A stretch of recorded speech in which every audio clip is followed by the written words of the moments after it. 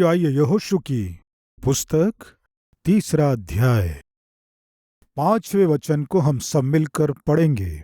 फिर यहोशू ने प्रजा के लोगों से कहा, तुम अपने आप को पवित्र करो, क्योंकि कल के दिन यहोवा तुम्हारे मध्य में आश्चर्य कर्म करेगा। प्रिय, आज यहोशू के जीवन के और भी कुछ गुणों को और उसके जीवन के विभिन्न चरित्रों को सीखेंगे। प्रिय, यहोशू पवित्र था। यहोशू पवित्र था। वो पवित्र था, इसलिए पवित्रता के विषय में बता रहा है। पवित्रता की कीमत क्या है, पवित्रता से मिलने वाला विजय क्या है, वो जानता था, इसलिए लोगों को चेतावनी दे रहा है।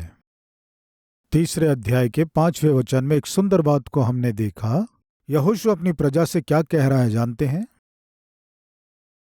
क्योंकि कल के दिन यहोवा तुम्हारे मध्य आश्चर्य कर्मों को करने जा रहा है। आपके जीवन में, वचन को सुनने वालों के जीवन में मेरा प्रश्न है, परमेश्वर आपके जीवन में आश्चर्य कर्मों को करे, आप में से कितने लोगों को आशा है? एक बार हाथ दिखाएंगे। परमेश्वर मेरे जीवन में आश्चर्य कर्म करना है, आशा करने वाले। तो फिर परमेश्वर निश्चय आश्चर्य कर्मों को करेंगे। प्रभु आश्चर्यकारी हैं, प्रभु चमत्कारी हैं, उनके आश्चर्य कर्मों का कोई अंत नहीं है। प्रिय, आज आपके जीवन में जो असंभव दिखाई दे रहा है, उसे प्रभु संभव कर सकते हैं। आज आप जिसके विषय में सोच रहे हैं ये मुझसे नहीं हो सकता है, वो परमेश्वर के लिए संभव है। आज आपके जीवन में जो बहुत बड़ी समस्या लग रही है, वो परमेश्वर के सम्मुख बड़ी समस्या बिल्कुल नहीं है, क्योंकि परमेश्वर सर्वशक्तिमान है। उसके लिए जगत में कुछ भी असंभव नहीं है। प्रियो, आज आपके जीवन में जो असंभव लग रहा है, जो बड़ी समस्या लग रही है, जो भी समस्या है, उसे प्रभु दूर कर सकते हैं। प्रियो, तब आप कह सकते हैं कि वो संभव कर सकते हैं तो तुरंत करना चाहिए ना? प्रियो, प्रभु करेंगे, लेकिन उसका एक कंडीशन है। क्या है वो कंडीशन? कहने से प्रभु का दास यहोशू कह रहा है, क्या कह रहा है देखेंगे, आइए। फिर यहोशू ने प्रजा के लोगों से कहा, तुम अपने आप को पवित्र करो, क्योंकि कल के दिन यहोवा तुम्हारे मध्य में आश्चर्य कर्म करेगा। आप अभी हाथ दिखाए ना, तो अभी आप अपने आप को जांचिए, हम पवित्र जीवन जी रहे हैं क्या? एक बार अपने आप को जांचिए कि हम अपने शरीर को, मन को, विचारों को पवित्रता से रक्षा कर रहे हैं क्या? सुबह उठकर यदि आपको दूध गर्म करना है तो वो बर्तन कैसा होना चाहिए? साफ रहना है। बर्तन को साफ किए बिना उसमें आप दूध नहीं डालेंगे ना। पात्र को धोए बिना उसमें आप चावल नहीं डालेंगे ना। बर्तन को धोए बिना आप उसमें सब्जी नहीं बनाएंगे ना। स्नान करने के बाद मैले वस्त्र पहनेंगे क्या? हम नहीं पहनेंगे। साफ धोए हुए वस्त्रों को ही हम पहनते हैं। वो समझ हमारे अंदर है ना। तो परमेश्वर भी आपके जीवन में अद्भुत कार्य करने की आशा कर रहे हैं। इसलिए वो परमेश्वर क्या चाहते हैं, जानते हैं? आप पवित्र जीवन जिएं। बाइबल बताती है, कोई भी पुराने मशकों में नए दाख रस को नहीं भरता। पुराने वस्त्र में कोई भी नया पैबंद नहीं लगाता। परमेश्वर आपके जीवन में नए काम करना है तो, परमेश्वर आपके जीवन में आश्चर्य कर्मों को करना है तो आपका हृदय सही होना है। परमेश्वर के दास D.L. मूडी जी ने कहा, परमेश्वर को सोने के पात्र नहीं चाहिए और ना ही चांदी के पात्र चाहिए, परमेश्वर को धोए हुए पात्र चाहिए, पवित्र पात्र चाहिए। यदि आप पवित्र जीवन जीना सीख गए तो बाइबल बताती है, मेरे राज्य और धार्मिकता की खोज करो, तब बाकी सब तुम्हें मिल जाएंगे। धार्मिकता से जिए, खराई का जीवन जिए, तब तुम्हें जो चाहिए मैं दूंगा। निष्कपट व्यक्ति की सहायता करने के लिए परमेश्वर की दृष्टि सारी पृथ्वी में फिर रही है। यहोवा के द्वारा धर्मी व्यक्ति को छोड़ा जाना या फिर उस धर्मी व्यक्ति के बच्चों को भीख मांगते हुए मैं कभी नहीं देखा, कह रहे हैं भजनकार दाऊद। आज जो आश्चर्य कर्म आपके जीवन में होना है, आप आशा कर रहे हैं, उसके लिए रुकावट कौन है जानते हैं? आप हैं। परमेश्वर के आश्चर्य कर्म आपके जीवन में ना हो, रुकावट क्या बन रहा है जानते हैं? आपका अविश्वास, आपकी अपवित्रता, आपकी बातचीत, आपके पाप में इच्छाएं, आपके पाप में काम, आपके पाप में आदतें आपके जीवन से आपके स्वास्थ्य को दूर कर रहे हैं, आर्थिक रूप से मजबूत नहीं होने दे रहे, आपको आगे बढ़ने नहीं दे रहे हैं। प्रियो, यहोशू पवित्रता के विषय में जानता था। पवित्रता क्या कर सकती है, व्यक्तिगत रूप से अपने जीवन में वो चख चुका था, इसलिए लोगों को चुनौती दे रहा था कि तुम पवित्र जीवन जियो, अपवित्र जीवन को तुम छोड़ दो। कल के दिन परमेश्वर तुम्हारे बीच में आश्चर्य कार्य करेंगे।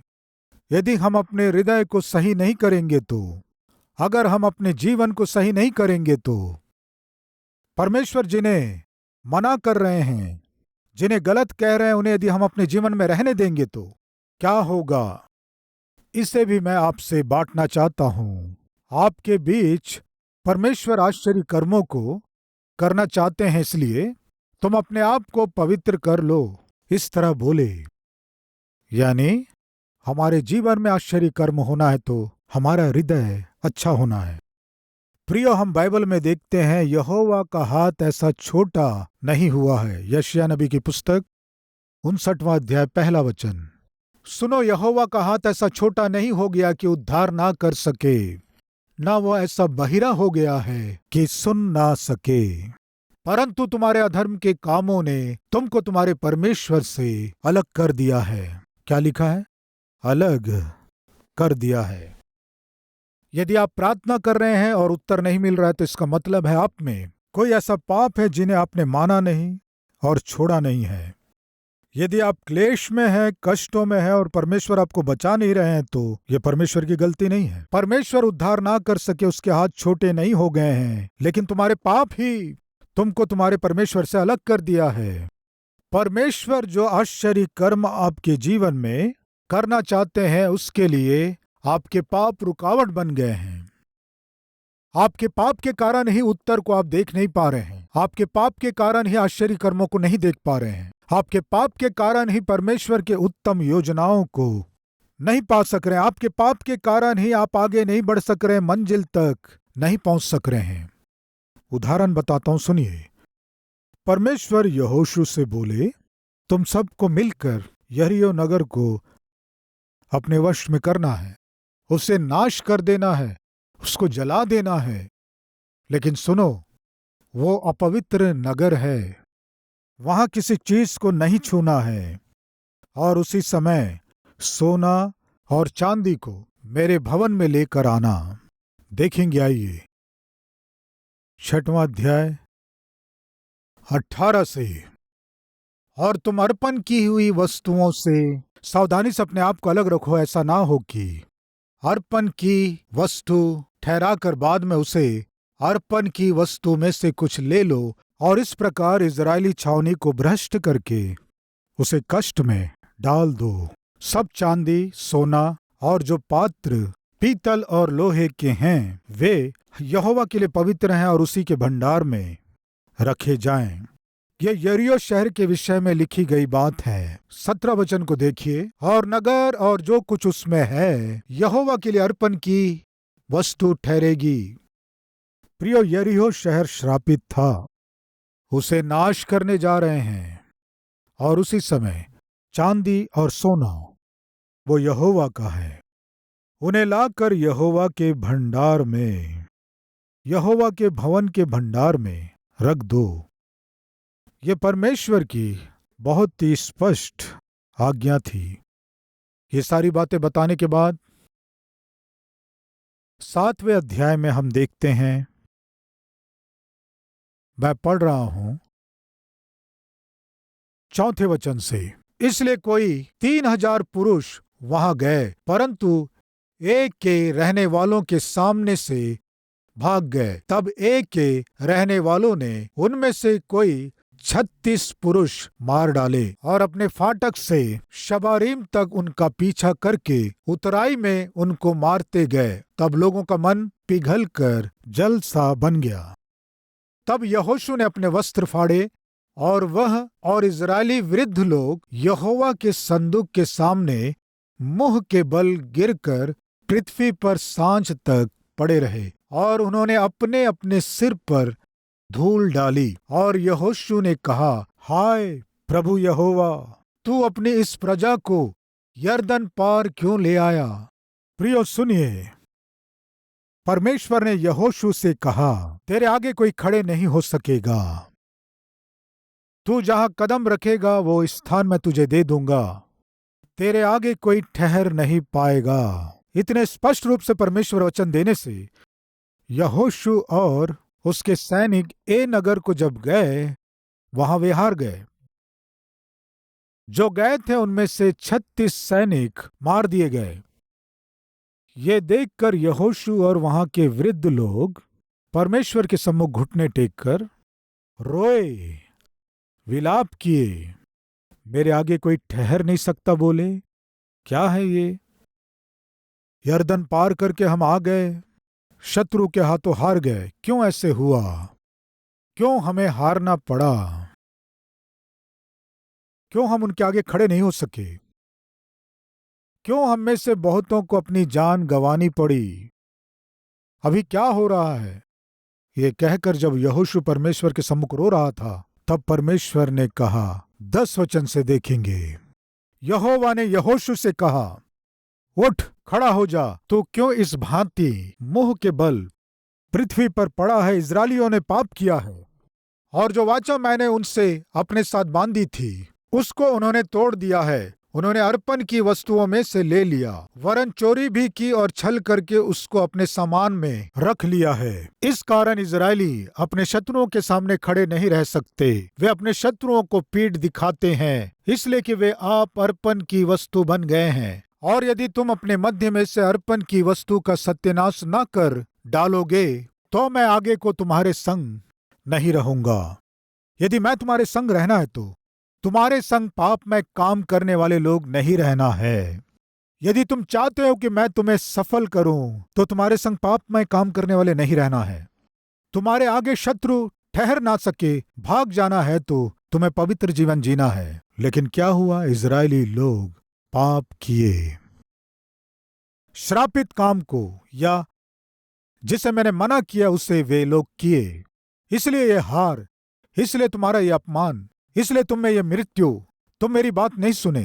प्रियो, हमारे जीवन में सामान्यता आने वाले कष्टों, नष्टों, बीमारियों, समस्याओं का और आर्थिक तंगी का और अचानक आने वाले विपरीत परिस्थितियों का सामान्य सा कारण क्या है जानते हैं? परमेश्वर के विरुद्ध जीना। प्रियो, किसी पाप को और कमी को हमारे जीवन में जब हम स्थान देते हैं, जिस गाड़ी को आगे बढ़ना चाहिए था वो बीच में ही रुक जाती है। जिस व्यापार को आगे बढ़ना चाहिए था वो बीच में ही रुक जाती है। अगर आज आपका जीवन इसी स्थिति में है तो आप अपने आप को जांच लें तो अच्छा होगा। अपने हृदय को जांच लेने से अच्छा होगा। मेरे परमेश्वर के विरोध में मेरे हृदय में इस संसार से और पाप से संबंधित कुछ है क्या? जांच लेने से अच्छा होगा। प्रियो, जब अय्यूब कष्टों में से, नष्टों में से गुजर रहा था, जब भयानक बीमारी में से होकर गुजर रहा था, परमेश्वर की उपस्थिति में आकर क्या कहा जानते हैं? देखेंगे, आइए। अय्यूब की पुस्तक 31 अध्याय उसके पहले वचन में क्या लिखा है जानते हैं? मैंने अपनी आंखों के साथ वाचा बांधी है, फिर मैं किसी कुंवारी पर कैसे आंखें लगाऊं? मैंने अपनी आंखों से वाचा बांधी है, मेरी आंखें अपवित्र ना हो, मैंने वाचा बांधी है। प्रियो, अय्यूब खरा है, अय्यूब ईमानदार है, उसके जैसा इस धरती में और दूसरा कोई नहीं है, परमेश्वर ने कहा। तो अय्यूब अपनी धार्मिकता की रक्षा कैसे किया जानते हैं? अपनी आंखों की रक्षा करने के द्वारा। आंखों से वाचा बांधा, मैं किसी कुंवारी को नहीं देखूंगा।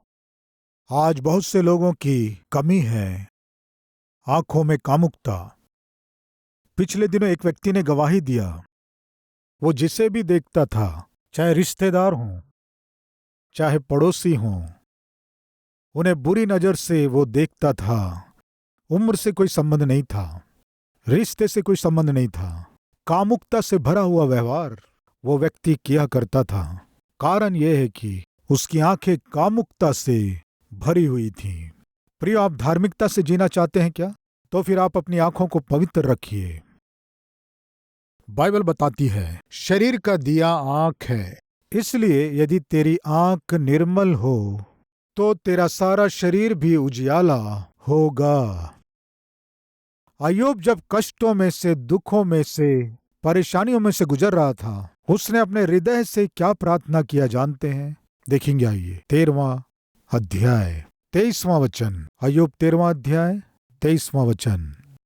मुझसे कितने अधर्म के काम और पाप हुए हैं, मेरे अपराध और पाप मुझे बता दे, मेरे अपराध और पाप मुझे बता दे। प्रिय अय्यूब क्या कह रहा है?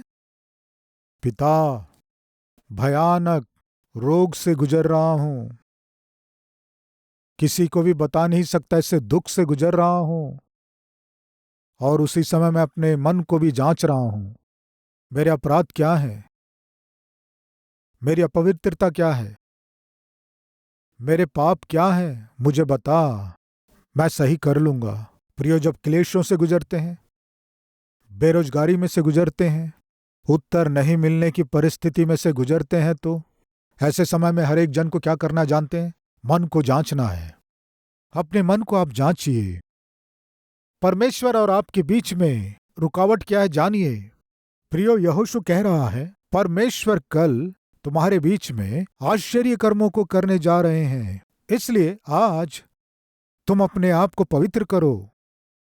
हमारे जीवन में परमेश्वर से आशीषों को पाना है तो एकमात्र कंडीशन है, हमें पवित्र जीवन जीना है। इस तरह नहीं जीने से परमेश्वर जो हमें आशीष देना चाहते हैं, परमेश्वर जो अद्भुत कार्य हमारे जीवन में करना चाहते हैं, उसे नहीं करेंगे। और पवित्रता के विरोध में जीने से हम परमेश्वर की आज्ञा का तिरस्कार करेंगे, तो परमेश्वर की आज्ञा को अनसुनी करेंगे, तो हमारी आंखें जो देखना चाहें उसे देखने से, हमारा शरीर जो करना चाहता है उसे करने देने से, हमारे पांव जहां जाना चाहें वहां जाने देने से, आपके मुंह को जो पीना चाहे उसे पीने देने से, जो खाना है उसे खाने देने से, आपके शरीर को अपने मन मर्जी से पाप के लिए सौंप देने से क्या होता है जानते हैं? असफलता। क्या होता है जानते हैं? आपकी यात्रा बीच में ही रुक जाएगी। क्या होता है जानते हैं? आपको अपमानित होना पड़ेगा। क्या होता है जानते हैं? जो है उसे भी आप खो देंगे। यहोशू की ओर से गए हुए सैनिक हार गए। क्यों हम हार गए? यहोशू परमेश्वर के पास आकर जानने की कोशिश कर रहा है। प्रिय, आपके जीवन में कुछ ऐसा हो रहा हो जो नहीं होना चाहिए, खतरा होने ही वाला है यदि आपको लग रहा है तो, स्वास्थ्य बिगड़ने वाला है, नौकरी जाने वाली है, व्यापार नाश होने वाला है, परिवार बिखरने वाला है, इसे यदि आप जान रहे हैं तो संसार के आगे रोने के बदले प्रभु के सम्मुख आकर रोने से अच्छा है, परमेश्वर की उपस्थिति में आकर रोने से अच्छा है। प्रभु, ये समस्या क्यों आई? क्यों ये कष्ट है? क्यों ये बीमारी है? मेरे जीवन में यह विपत्ति क्यों आई है? शांति से जब नौकरी कर रहा था, यह समस्या क्यों आई? नौकरी से निकाल देंगे, या फिर नौकरी में कोई समस्या, संघर्ष या दबाव? सब कुछ अच्छा है सोचने से ये कैसा दबाव है? सब कुछ अच्छा है सोचने से समस्या क्या है? परमेश्वर के पास आकर परमेश्वर से कहेंगे तो परमेश्वर आपको समाधान देंगे, कारण बताएंगे। यहोशू प्रार्थना करने वाला था, इसलिए यहोशू पवित्र था, इसलिए पवित्रता को खोना पसंद नहीं करता था, इसलिए प्रार्थना के द्वारा परमेश्वर के पास आकर कह रहा है, यह मुसीबत हमारे पर क्यों आई?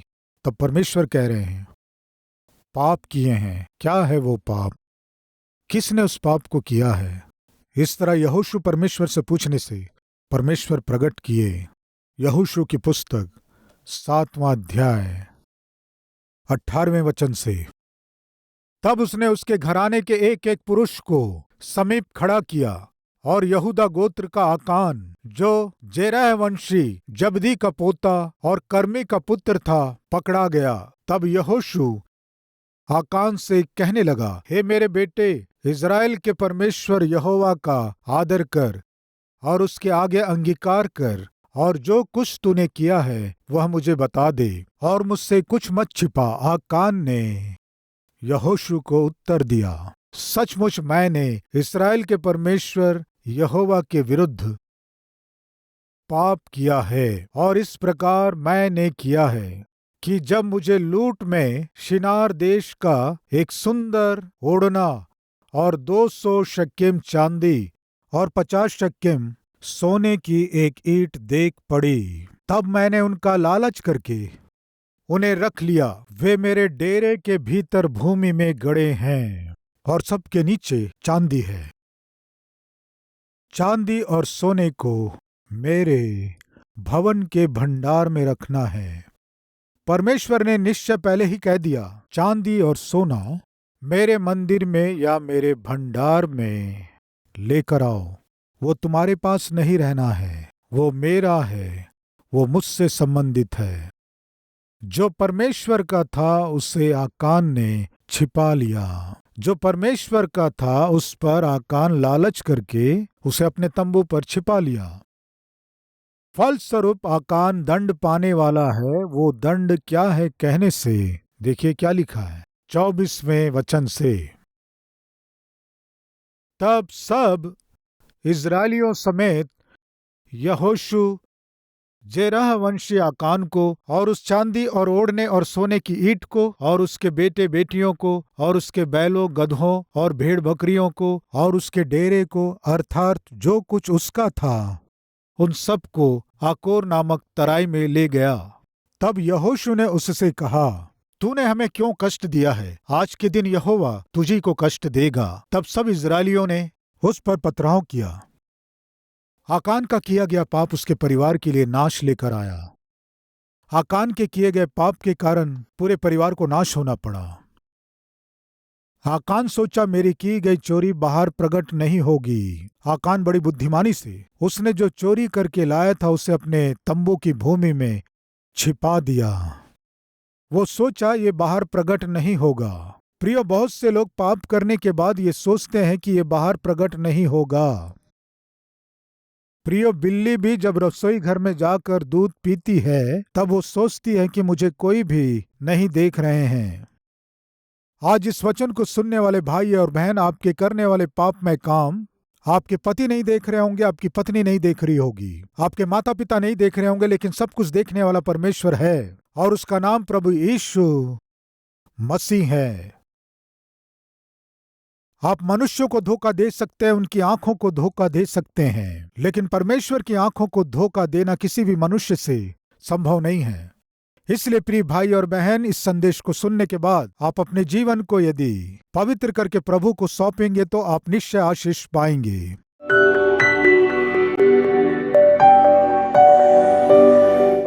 पवित्र परमेश्वर पिता, कल के दिन आप हमारे जीवन में आश्चर्य कर्म करने के लिए तैयार हैं, लेकिन आज हमें अपने आप को पवित्र करना है।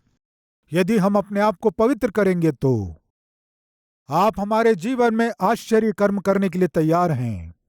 पिता, हम प्रार्थना करते हैं, मुझ में, हम में, आपके विरोध में जो आप पसंद नहीं करते, जो आपको दुख पहुंचाता है, जो आपको कष्ट पहुंचाए, जो आपको ठेस पहुंचाए, ऐसे हर एक पाप से, हर एक आदत से, हर एक पापमय कामों से, हर एक अपवित्रता से हम में से हर एक को छुड़ाइए, जिसके फलस्वरूप हम अपने जीवन में जो आश्चर्य कर्म आप करना चाहते हैं उसे हम पा सकें। हमारे जीवन में अनुग्रह कीजिए पिता, जो आपका है, जो आपके भवन में हमें लेकर आना है, उसे वो दशमांश हो सकता है या धन्यवादी भेंट हो सकता है या मन्नत हो सकता है, उसे हमारे पास छिपा कर रखना भला नहीं है। उन्हें लाकर आपकी उपस्थिति में सौंपना ही हमारे लिए आशीष है। इस सत्य को जानकर जी सकें सौभाग्य दीजिए। यीशु मसीह के नाम से मांगते हैं पिता, आमीन। प्रिय, इस संदेश के द्वारा आप आशीष पाए हैं तो लाइक कीजिए और सब्सक्राइब कीजिए और उतना ही नहीं, कमेंट कीजिए, बहुत से लोगों को शेयर कीजिए। विनती करता हूँ, कल फिर मिलेंगे। शलोम।